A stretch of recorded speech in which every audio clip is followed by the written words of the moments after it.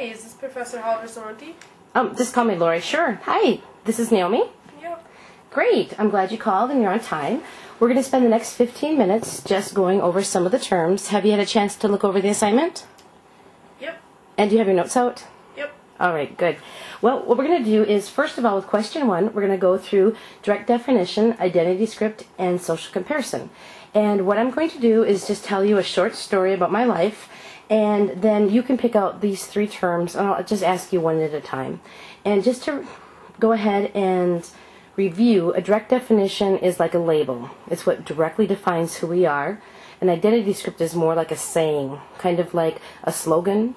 Does that make sense? Mm-hmm. Sometimes the book actually confuses the two, so I just want to make sure you know the difference. So calling someone a nerd would be a direct definition, and saying something like we marry for money or something like that would be like an identity script. Whereas a social comparison is how we compare ourselves to the Joneses. Do you remember going through all that? Mm-hmm.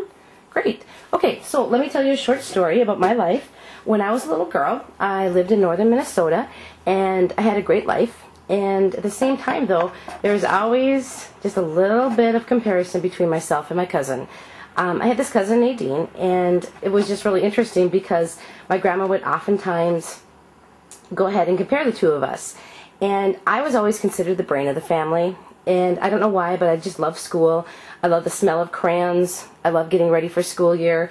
And I enjoyed the school process and did well in it.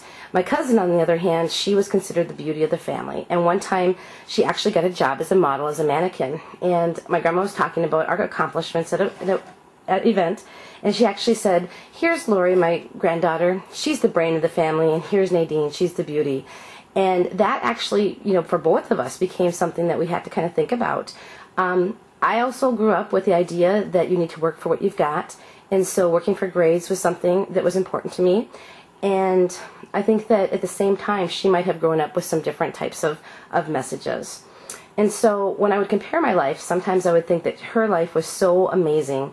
And she lived in the city, she got to be a model, and I lived in the woods, and I didn't get to do those things.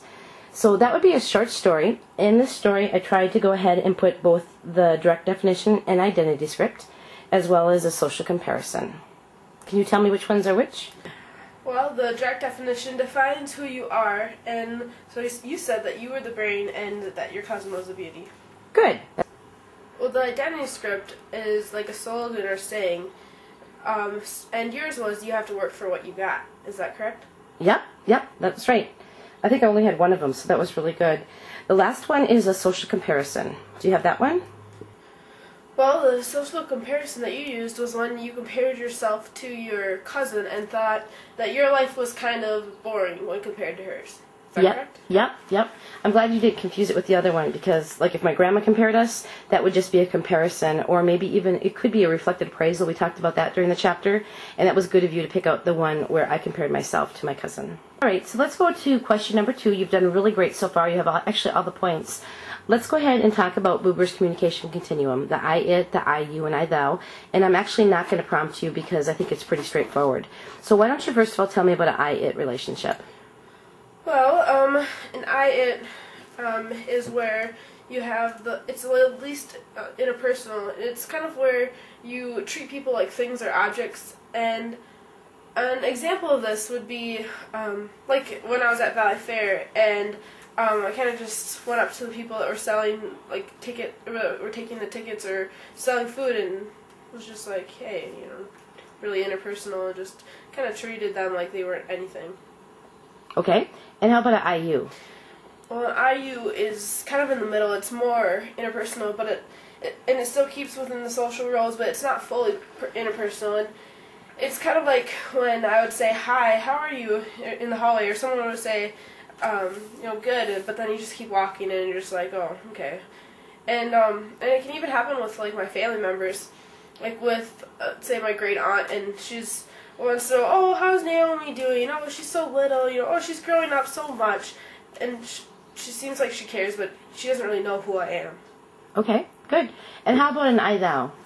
An I, thou is, it's the most interpersonal and unique, and it's where we treat each other as fully human, and we communicate without masks or really any kind of falsehoods.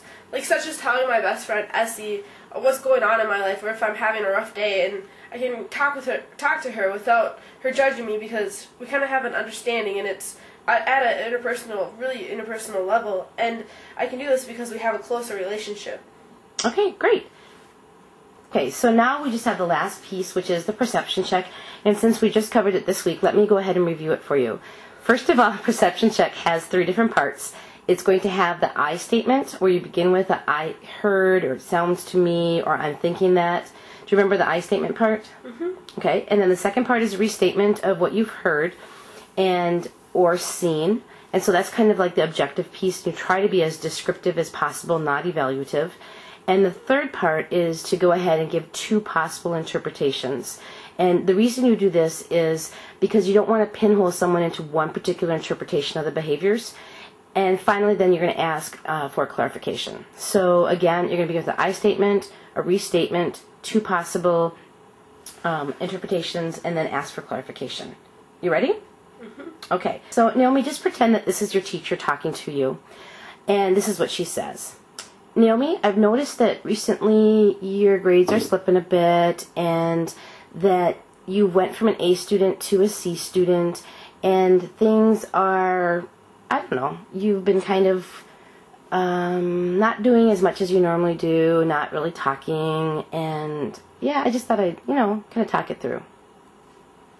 If you could just go ahead and give a perception check for that situation and scenario.